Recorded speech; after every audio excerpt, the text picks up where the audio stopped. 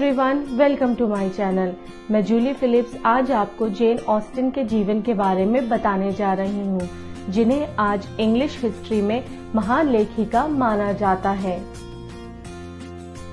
Jane Austen का जन्म 16 दिसंबर 1775 में स्टीवेंटन, हैम्पशायर में हुआ, जो लंदन से 70 मील की दूरी पर है। उनके पिता रेवरेंड जॉर्ज ऑस्टिन और माता कैसेंड्रा ऑस्टिन के 6 बेटे और 2 बेटियां हुईं, जो एक साथ बड़े हुए और उनमें प्यार बना रहा। सन 1783 में जब जेन 8 वर्ष की थी तो उनको और उनकी बहन कैसेंड्रा को मिसेस एन द्वारा शिक्षित करने के लिए ऑक्सफोर्ड भेजा। इसके बाद जब वो घर वापस आई तो उन्होंने अपने पिता की लाइब्रेरी से पढ़ना शुरू कर दिया।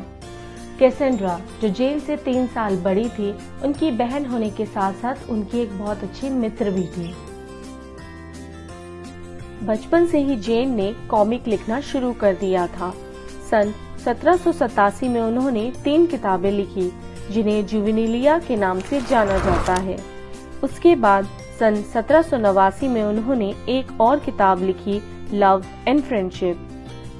सन 1797 में जेन ऑस्टिन ने सेंस एंड सेंसिबिलिटी और प्राइड एंड प्रेजुडिस जैसी नॉवेल्स लिख ली थी। उनके पिता ने हमेशा उनका साथ दिया और कोशिश भी की उनकी नॉवेल्स को प्रिंट कराने की, लेकिन वो नाकाम रहे। सन 1800 दिसंबर में जेन के पिता जॉर्ज रिटायर हो चुके थे। उस समय जेन 27 वर्ष की थी और उनके परिवार को स्टीवेंटन छोड़कर शहर बाथ में रहना पड़ा। उस समय कई महिला लेखक की तरह जेन ने भी अपनी नॉवेल्स को गुमनाम रूप से प्रकाशित किया, क्योंकि उस समय की महिलाओं की भूमिकाएं थी एक माँ की और सिर्फ एक पत्नी की। 21 जनवरी 1805 में जेन के पिता जॉर्ज का देहांत हो गया। इसके बाद 5 अप्रैल 1809 में वह अपने परिवार के साथ शॉटन नाम के गांव में रहने लगी। वहां रहते हुए उन्होंने कई नॉवेल्स लिखी और प्रकाशित भी की, जिसमें उनके भाई हेनरी ने उनकी बहुत मदद की। नॉवेल्स सेंस एंड सेंसिबिलिटी सन 1811 अक्टूबर में, प्राइड एंड प्रेजुडिस सन 1813 जनवरी में और मैंसफील्ड पार्क 1814 मई में।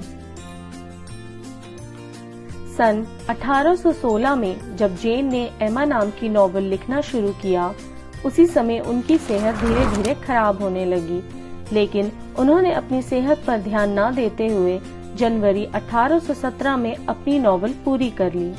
40 साल की उम्र में जेन को चलने फिरने में तकलीफ होने लगी। मई 1817 में उनके भाई हेनरी और बहन कैसेंड्रा ने उनका इलाज कराने की बहुत कोशिश की, लेकिन वो नाकाम रहे, क्योंकि उनकी बीमारी का कोई भी इलाज नहीं मिल रहा था।